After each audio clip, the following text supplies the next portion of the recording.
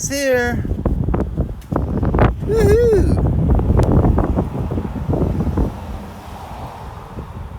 Let's take that inside and open her up. Hello, thanks for tuning in to Al's Air Guns. Hey, I got something cool dropped off just this afternoon, and I wanted to go ahead and unbox it right away. This is supposed to be an Umarex Komplete, and we are going to go ahead and take a real quick look at it right here.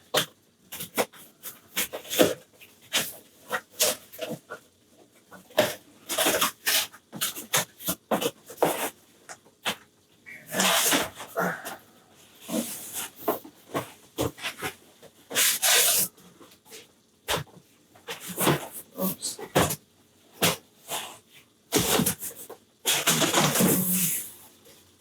All right.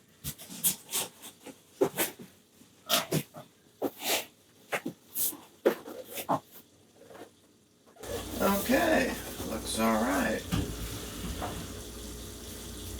Let's go ahead and set that down, see what else we have in the box here.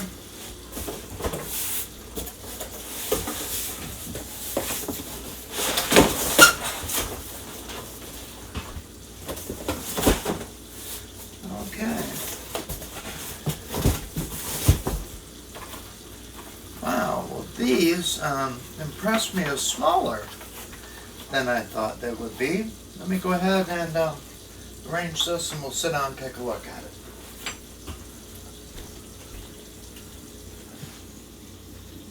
Okay, let's go ahead and take a little bit closer look at the box here. And we are looking at the Umarex Komplete Nitro Air technology. And it claims a velocity of 1,025 feet per second with alloy pellets in .22 caliber. Claiming 25 foot-pounds of energy.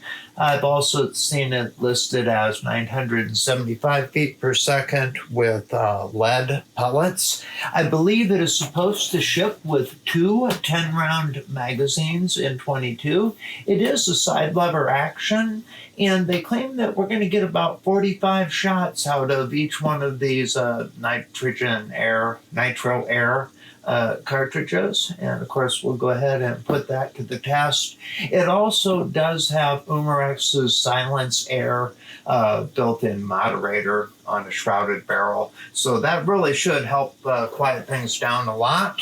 As far as the nitrogen power plants, of course this is pretty much our first experience with them. I know that a lot of bullseye shooters and some real hardcore air gunners used to lease the commercial nitrogen tanks and shoot nitrogen in their air guns. And main reason there, as I understood it, was shot-to-shot consistency.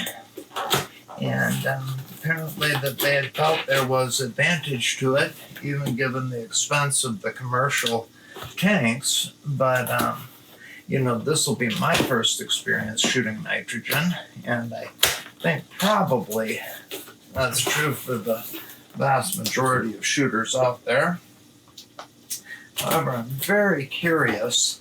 You know, basically, I've always been an advocate of high-powered CO2 guns, and the one problem with them, of course, particularly for hunting, is most hunting seasons occur in the fall and winter, and the temperatures in most areas are not conducive to getting good performance out of CO2 that time of year. So it looks like I may have screwed up there. I got that one, huh? Did this one right. See if I can. There we go. Get that one loose. Got one more here. Whoop. Well, I guess I turned my box. And let's see what we've got. Alright, that's looking pretty good. Well packed. This does come with the scope. I'm not expecting a lot out of the scope, but let's go ahead and get this out of the packaging.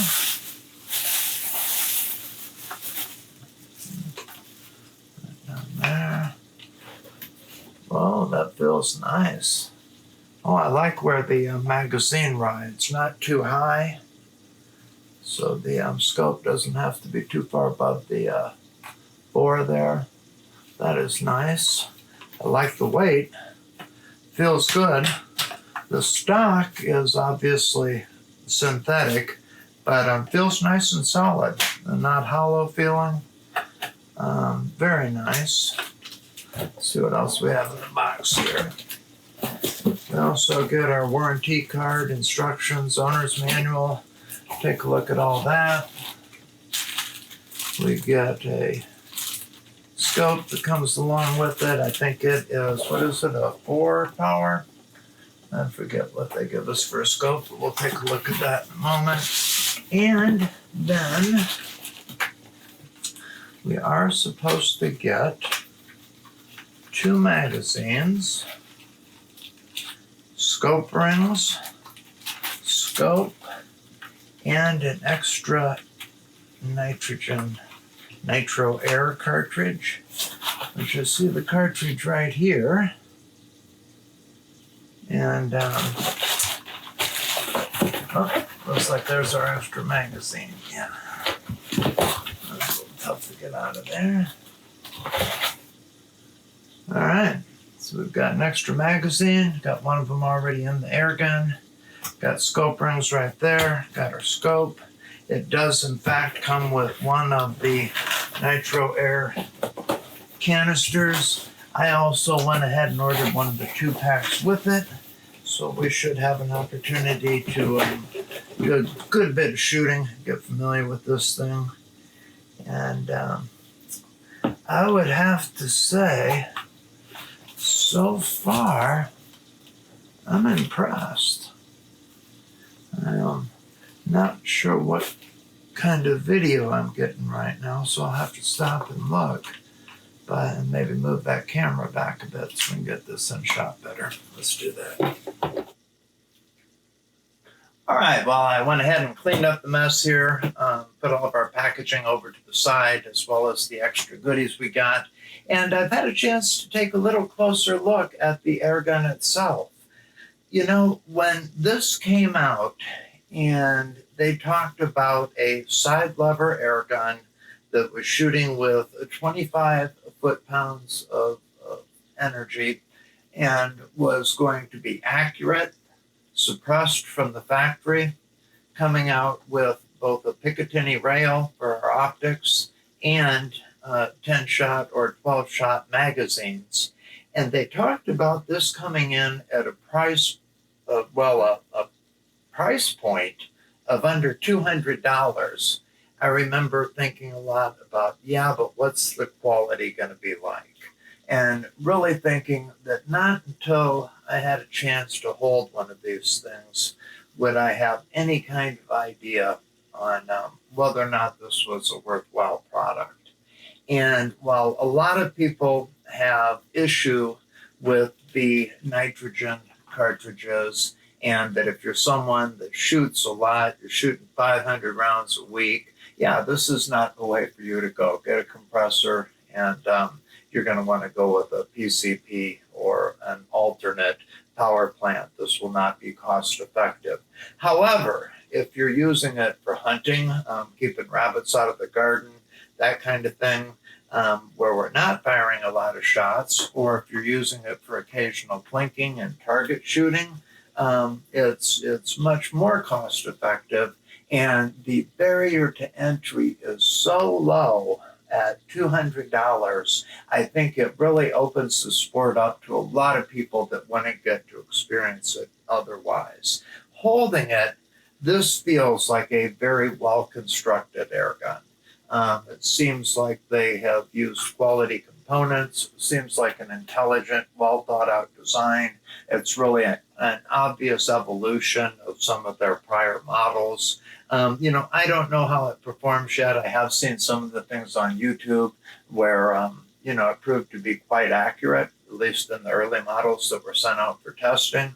Obviously, this is one of the first production ones to hit the field, so I'm very eager to test it, see how it does accuracy-wise. Like I was saying before, I really like how low the pick rail is in terms of the bore. It is just mounted right on top of there, so we're not towering way above.